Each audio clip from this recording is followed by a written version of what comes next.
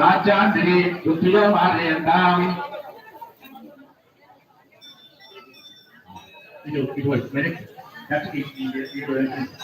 దక్షిణాంధ్రి పితరో మార్యంతాం ప్రతీచ్ఛాందిశి పశవో మార్యంతాం ఉరీచ్ఛాందిశి ఓదశియో ఓషధియో మార్యంతాం సంవత్సర యజ్ఞపదేన్మాచయంతాం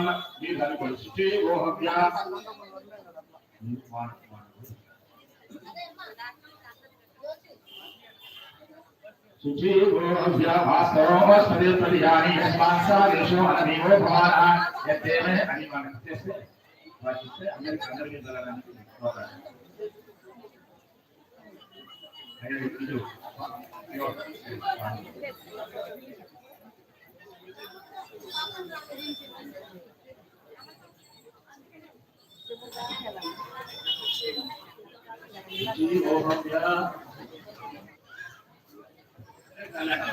अनेन पूर्वस्थितेवमूलविशेषनिष्ठायां श्वेतो पूर्वसङ्कल्पप्रकारेण सीतालक्ष्मणफलविशत्रुघ्नामसमेतरामचन्द्रस्वामिनः प्रीत्यर्थं सीतारामकल्याणमहोत्सवाख्यं सीतारामकल्याणमहोत्सवकर्मणि वरपूजनं करिष्ये అయ్యా ఇప్పటిదాకా మనం చేసినటువంటి కార్యక్రమం మొదలుపెట్టాం.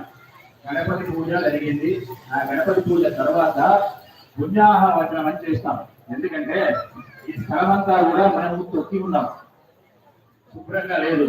కాకపోతే ఆ స్వామికి ఆవాహన చేసేటప్పుడు శుచి అయినటువంటి పవిత్రమైన స్థలంలో ఉండాలి కాబట్టి మంత్రజలంతోనే పవిత్రం చేసిన తర్వాత ఇప్పుడు మనము ఎట్లయితే వివాహం చేసుకుంటామో చేసేటప్పుడు పిల్లవాడిని అంటే పెళ్లి కొడుకును పాద ప్రక్షాళనం చేస్తాం, కాళ్ళు కడుగుతాం. ఎందుకు కడగాలి అంటే ప్రతి తండ్రికి తన కూతురు లక్ష్మీదేవి. లక్ష్మీదేవిని ఎవరికి ఇవ్వాలి? విష్ణుమూర్తికి ఇవ్వాలి. ఆ విష్ణుమూర్తికి ఇవ్వాలి కాబట్టి మనుష్య రూపంలో ఉన్నటువంటి వ్యక్తి అయినా అల్లుడు విష్ణువుగా సమానంగా భావించుకొని ఆ విష్ణుమూర్తికి కాళ్ళు కడుగుతున్నాము అని చెప్పేసి కలుగుతాం. ఇప్పుడు జరిగేటువంటి కార్యక్రమం అది. మీరు కూడా ఇప్పుడు అందరు ఇక్కడ కూర్చొని కళ్యాణం చేస్తున్నటువంటి వాళ్ళందరూ కూడా జనక మహారాజు లాంటి వాళ్ళు. మీ కూతురు లక్ష్మీదేవి, ఈయనే సీతామ్మవారు. ఈ సీతామ్మవారి కళ్యాణంలో కూడా రాముడికి మీరు పాద ప్రక్షాళనం చేస్తున్నారు. మనందరికీ తెలిసిన రామకథ ఇదంతా. మనం మళ్ళీ అప్పుడప్పుడు చెప్పుకుంటున్నా. ఎందుకు చెప్పుకోవాలి అంటే అన్నం తింటాం కదా, రోజు తింటాం, తిన్నా కానీ మళ్ళీ తింటాం.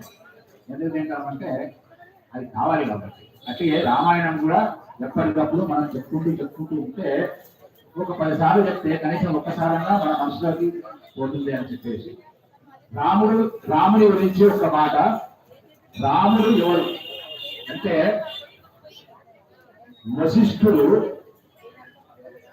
తనకు రాధమామని నడిపించినప్పుడు చాలా విచారంగా ఉంటే అడిగాడట, అయ్యా ఏంటి ఈ ప్రపంచంలో కూడా ఎవరైనా ఒక్కడు 16 మంచి గుణాలు కలిగిన వాడు ఉన్నాడా?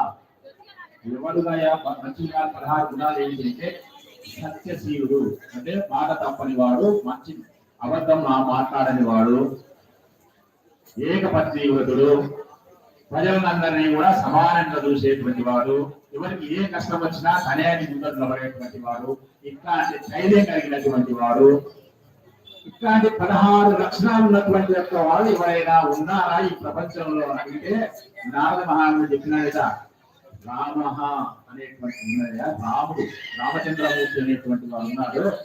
ఈ రామచంద్రమూర్తి ఎలాంటి వాడయ్యా అంటే రామో విగ్రహవాన్ ధర్మ.